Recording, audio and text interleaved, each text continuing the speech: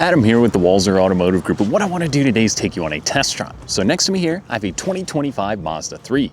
So we'll look at the interior, exterior, some of the trim level, and updates for 2025, and see if this might just be the perfect vehicle for you.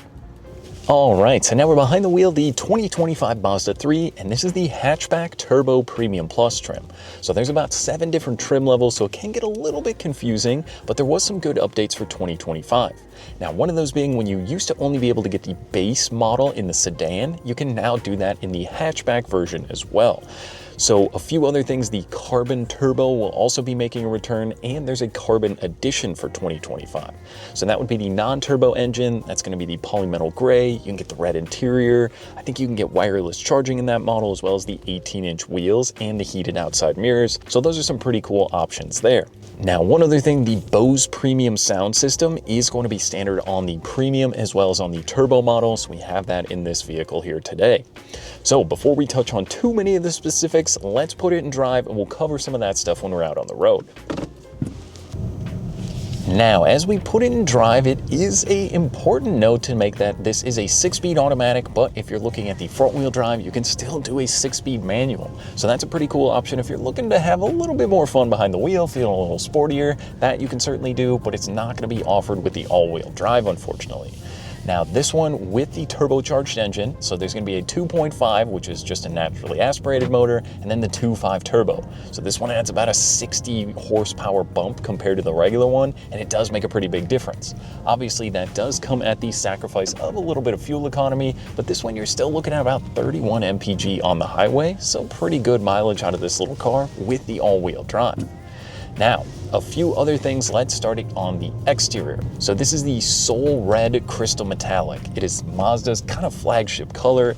It looks so good. I love the red, especially with the blacked out wheels. This one also gets the black wing and the black mirror caps. It works all very nicely together. And when the sunlight hits it, like it's super sunny today, it just looks awesome.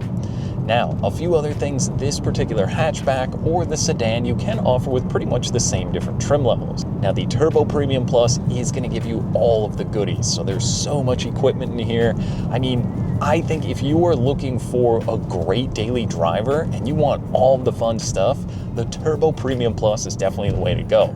It's super fun to drive. I've been having a blast cruising around this morning. Yes, I am sacrificing just that little bit of fuel economy, but for the fun I have with the turbo, I don't think I really care. But if you are conscious about that and want the best mileage, the front wheel drive with the regular 2.5 would be the way to do that. From the driver's seat, that is really where you're going to want to be. Now, this particular one does get the leather appointed seats, and they're going to be heated. So for those Minnesota winters, they get nice and toasty. These ones do work really well. I had to turn it down because it got a little too warm even this morning. But then you're also getting the leather-wrapped heated steering wheel. So one of my favorite features to have when it's freezing cold like it is today, I think it's only about 9 or 10 degrees, having that heated wheel and heated seats does make a pretty big difference. Now, the seated position in here is awesome. The hatchback, I think you do suffer a little bit of the visibility out of the hatch versus the sedan, but overall, it's not that bad. The mirrors will give you blind spot monitoring as well, so it does help you see left to right, maybe if there's a little bit of a blind spot, but with the smaller window, maybe some people find it to be a little less visibility, but overall, I think it's pretty awesome, and with all the safety built into these vehicles, it definitely helps you out. Now, along with the blind spot monitoring, you are going to get an adaptive cruise control, so you can set 4, 3, 2, 1 car length distances ahead of you. Once you set that, it will keep that distance, and it's got a lane departure warning system. So you can turn that on or off right here on the steering wheel. Makes it really easy to eat up a bunch of miles, and just know that it is going to be very safe, along with emergency braking and a few other features. Now, let's talk about the infotainment screen. So there's a smaller screen in some of the base models, and then this one goes over to a screen that's just over about 10 inches, and that's gonna give me wireless Apple CarPlay as well as Android Auto. So I paired up my phone, put it down here on the wireless charging pad, so that's nice and charged up, and then I've got Google Maps, Spotify, all my text messaging, and like I said, now with Amazon Alexa built in, if you use Alexa and now you can have it in your car, it's pretty cool.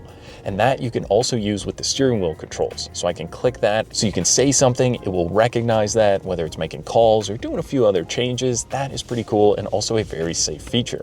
Now it is a touchscreen, but there's also a controller down here in the center console. So you can use that, again, keeping your focus on the road. You can kind of wheel through, click it back and forth. You can go into the Mazda menu as well from there or access your music. It's pretty cool once you get used to it, and does make it really easy when you're on the move. Now this one will also have built-in navigation. So if you're probably wondering, why would I need that? I've got my phone with me. That is a GPS system. So if you're on a road trip, maybe you shut your maps off on your cell phone, can't get signal again, that system will still work. So it is pretty nice to have. Then there is also a volume control down here as well. And you've got a little sport button. So like I said, I can kick it in sport mode. I can put my foot down, and it is such a fun car. That is something Mazda has over all of the competition, is just how much fun it is behind the wheel of these little vehicles. I mean, if you're just buzzing around town, heading to work, picking up the kids, I mean, this is a great way to have fun behind the wheel and feel like, you know, you might as well enjoy the commute. Why not doing something that looks sporty and feels sporty as well? Now, speaking of kids, the rear seat, if you got the kiddos back there, you know, it's a decent amount of space. I'm 6'1", and where I was sitting in this seat, I didn't move it at all. I still had headroom back there. 5 adults might get a little tight, but 4, you'd be okay. And I mean, for the most part, if you're just cruising around, you want a lot of luxury, performance, and fun, I think the Mazda 3 might be the way to go. It's easier to park than a larger SUV, and it's even got the 360 view camera. So there's a little button you can click on the side. I'm going on the highway here at about 35, 40 miles an hour. It'll pull up that camera and show me side to side. You can look out back. If you were hitting something, you would have to try pretty hard because that camera does work really nicely. I think overall the ride and drive is really comfortable. It's smooth, it's quiet on the road, it's very responsive. The steering is perfect. It's not too heavy, it's not too light. It's kind of the Goldilocks effect. I love the way it all comes together. Obviously they make the Miata and a bunch of other fun vehicles, so I mean, that really translates into this. I can't say it enough, just how much luxury and fun this vehicle does offer. So we do have to touch on the pricing. Now, MSRP on these vehicles starts around the high $20,000 range, but then once you get up to this one, you're looking at an MSRP around $39,000. So yes, I get that is expensive, but the average new car price is about 48 grand right now.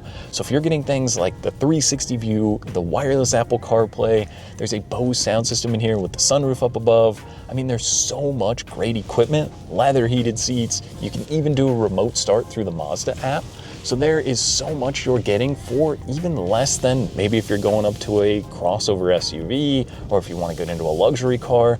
This feels like a luxury vehicle to me. The way the dash is laid out, all the soft touch materials in here, the material on the dash looks so good with the stitching.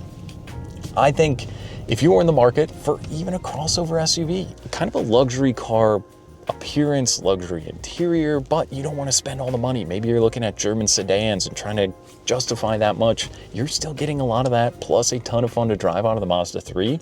And I think it's absolutely one to get out, take for a spin, see what you think. Now that was just a quick look and drive at the 25 Mazda 3. Now if you have any other questions or you'd like to schedule a test drive, you can visit us online at walser.com or stop by anytime. We'd be more than happy to help. Thanks again for watching.